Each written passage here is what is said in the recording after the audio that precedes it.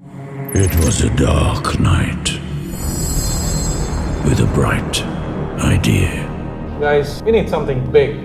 Let's take on the D segment.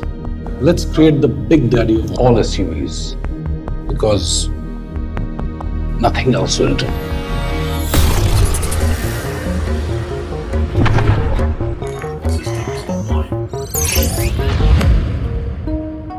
I hear he's quite a head turner.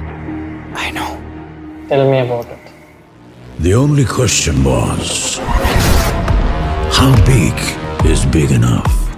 Daddy's so big, even the big will feel small. I hear he's from the future. That high tech.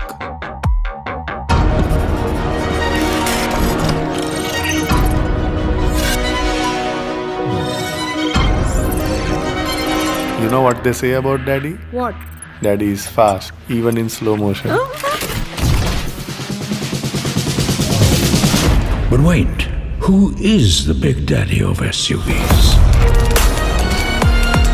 You'll soon find out, and so will the D segment. The big daddy of SUVs from Mahindra.